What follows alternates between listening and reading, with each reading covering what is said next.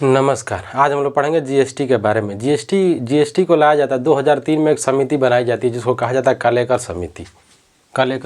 2003 में कालेकर समिति बनाई जाती है। कालेकर समिति यानी जो कालेकर समिति बनाई जाती है, इसमें इनके द्वारा निर्धारण यानी सुझाव दिया जाता है जीएसटी का। इनके द्वारा जीएसटी का सुझाव दिया जाता है। जीएसटी यानी गुड्स एंड सर्विस टैक्स इसको कहा जाता है, और हिंदी में कहा जाता है वस्तु एवं सेवा कर। यानी इसको लाया जाता है, कालेकर समिति का सुझाव दिया जाता है। फिर यानी इसको पूर्ण रूप से जारी किया गया था 1 जुलाई 2017 को इसको लागू कर दिया गया था। 2017 को यानी पूर्ण रूप से इसको लागू कर दिया गया था। ये आता है समवर्ती सूची में भी इसको रख दिया गया। जीएसटी का जो प्रावधान है 279 का ए में दिया है। 279 अनुच्छेद है, अनुच्छेद के 279 ए, यानी इसको बाद में जोड़ा गया था, इसलिए इसको ए लगा दिया गया है, इसमें लाया गया था। तो हम लोग देखते हैं इसकी प्रथम चर्चा कब हुई थी। क्योंकि पहली बार जो चर्चा होती है केंद्र में होते हैं प्रधानमंत्री होते हैं जिनका नाम होता है मनमोहन सिंह। मनमोहन सिंह जब 2004 में प्रधानमंत्री बनते हैं, इनके द्वारा एक समिति बनाई जाती है और इनके द्वारा जीएसटी का सुझाव दिया जाता है। वो भी कब?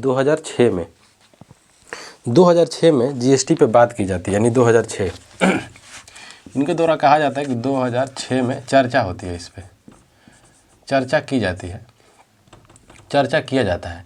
और इनके द्वारा कहा जाता है कि 2010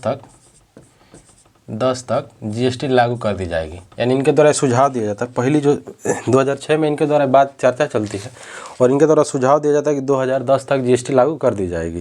फिर इस पर जो पहली जो चर्चा होती है 2009 में, इस पर पहली चर्चा होती है। पहली बार जो चर्चा होता है 2009 में चर्चा किया जाता है। प्रथम चर्चा की जाती है, यानी जीएसटी के बारे में सुझाव दिया जाता है।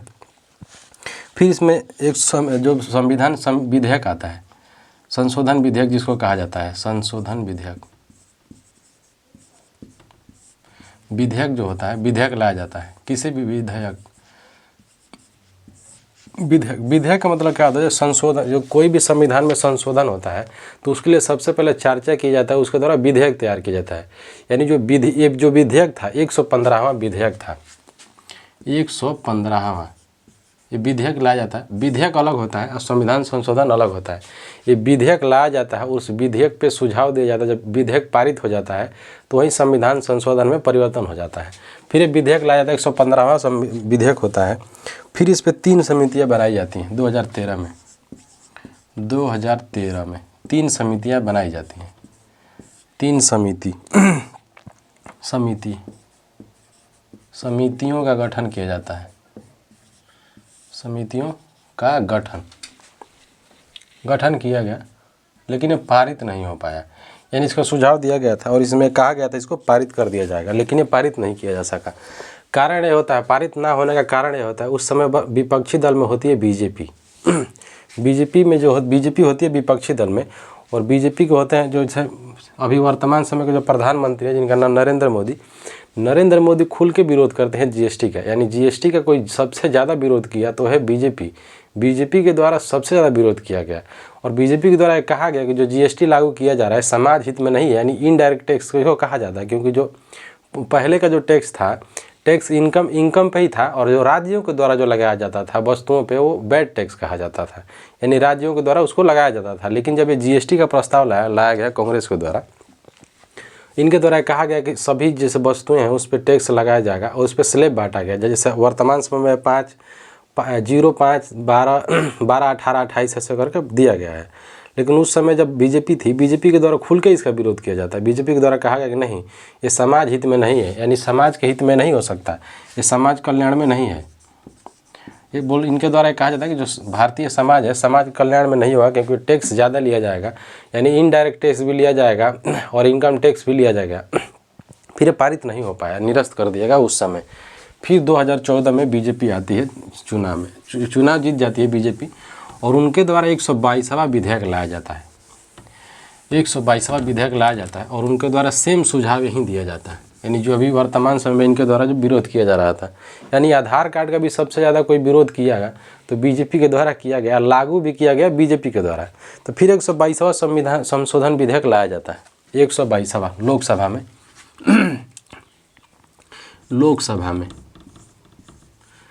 लोकसभा में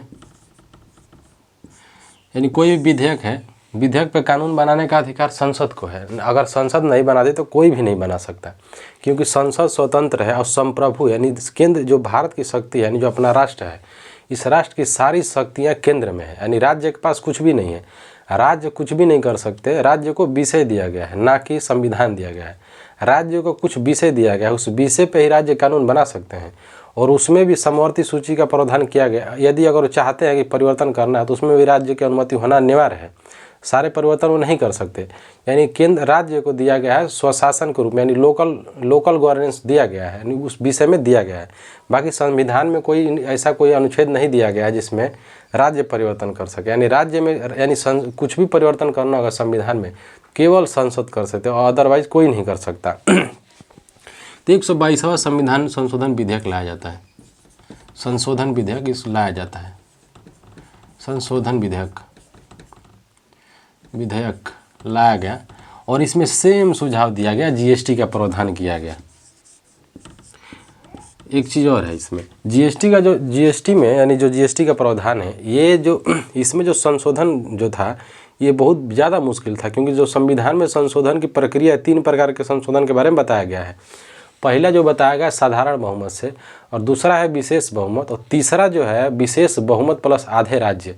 इसमें जो केंद्र में जब थी कांग्रेस थी, कांग्रेस के पास पूर्ण बहुमत तो ऐसे भी नहीं था, और पूरे राज्यों में कांग्रेस की सरकार नहीं थी, इसीलिए कांग्रेस बहुत ज़्यादा ईंटी चोटी का जोड़ लगाई, लेकिन वो पारित नहीं किया जा सका। यानी केंद्र में कांग्रेस इसको पारित नहीं कर पाई। लेकिन जब बीजेपी आई 2017 के बाद, जो बीजेपी आई है लगभग 20 से 18 राज्यों में इसका जो था जीत चुकी थी, और इसलिए बीजेपी के लिए आसान हो गया था पारित करना। तो फिर आती है 122वां संविधान संशोधन विधेयक लाया जाता है, और सेम प्रस्ताव जीएसटी का रखा जाता है। फिर इस पर चर्चा की जाती है। फिर 2014 में इसको लाया गया था। इसका जो प्रावधान है 2014 में इसको लाया गया था और सेम प्रस्ताव को समझाया जाता है। फिर इस पर जो चर्चा होती है अगस्त में इस पर चर्चा होती है 2016 में इस पर चर्चा किया गया, और इस विधेयक को पारित कर दिया गया। विधेयक को पारित कर दिया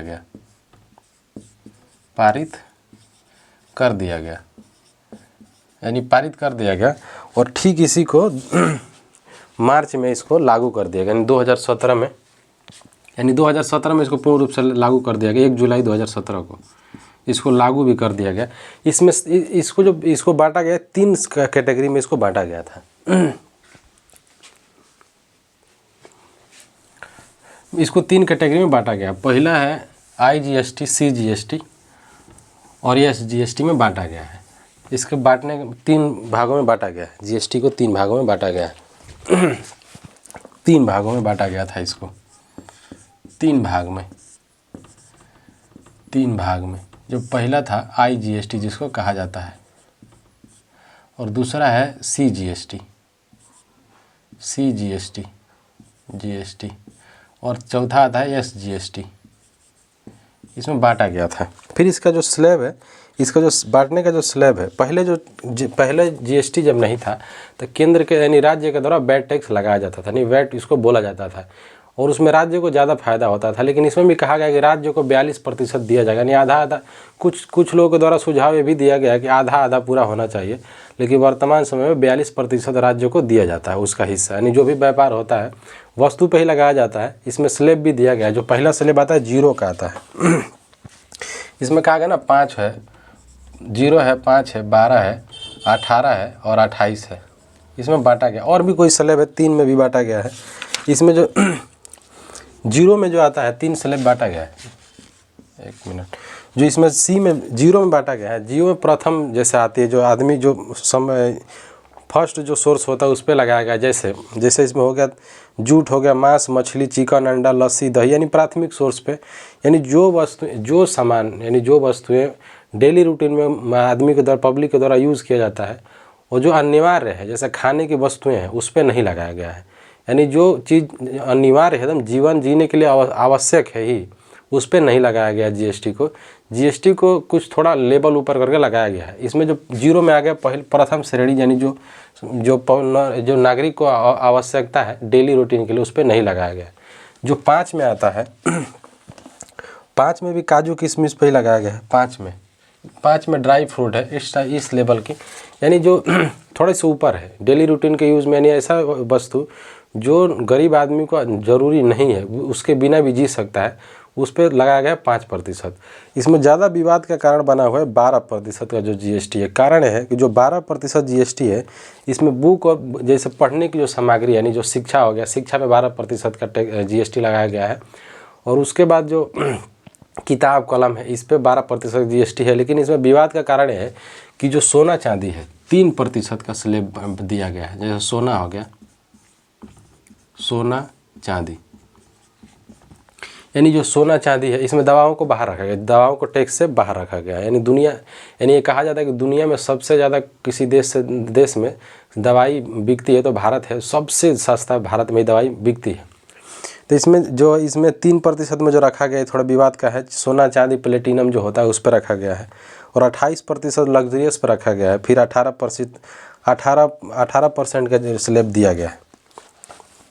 फिर इसमें कुछ खामियां भी थी, इसमें कुछ सुझाव भी दिया गया था कि इसमें कहा गया था कि जो जल्दबाजी में लागू कर दिया गया था। और कुछ लोगों द्वारा कहा जाता है कि जैसे कुछ लोगों का इसमें दिया गया है, प्रावधान जीएसटी में जो अगर पढ़ेंगे तो हानि भी दिया गया, लाभ भी दिया गया है। हानि में दिया गया है कि इनडायरेक्ट टैक्स से क्या होता है कि जो जीएसटी भर रहा है उसके लिए फ़ायदा है और गरीब नागरिक के लिए ख़राब है। और इसमें ये भी कहा जाता है, और इसमें भी कहा जाता है कि जल्दबाजी में इसको लागू कर दिया गया था। बाद में बाकी हम लोग कल पढ़ेंगे।